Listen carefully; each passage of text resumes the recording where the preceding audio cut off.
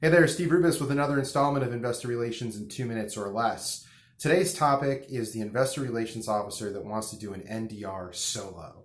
So a great mark of distinction and competency in investor relations is being able to do an investor meeting at a conference or an NDR without executive management present.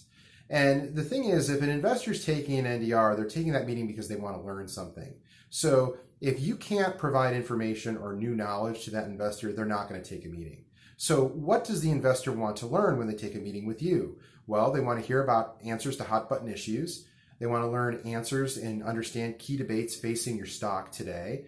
They want to know Q&A and discussions that happen with other investors. They want to know about strategy and maybe estimates, among a myriad of other things. So if you really want to go on the road solo, you have to be able to provide value. And you do this by sitting with the people and functions that really drive your organization. And that's how you build value for investors.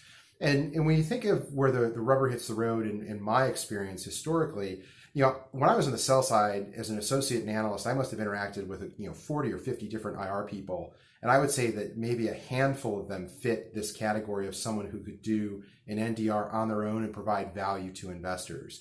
And a great example, when I started on the sell side, I worked for an internet e-commerce analyst, and everyone wanted to do an NDR with Amazon in a way because it was a hot stock. But the problem was they were sending IR people to do the NDRs, and you weren't learning anything new or important about the company. So the value add was not there.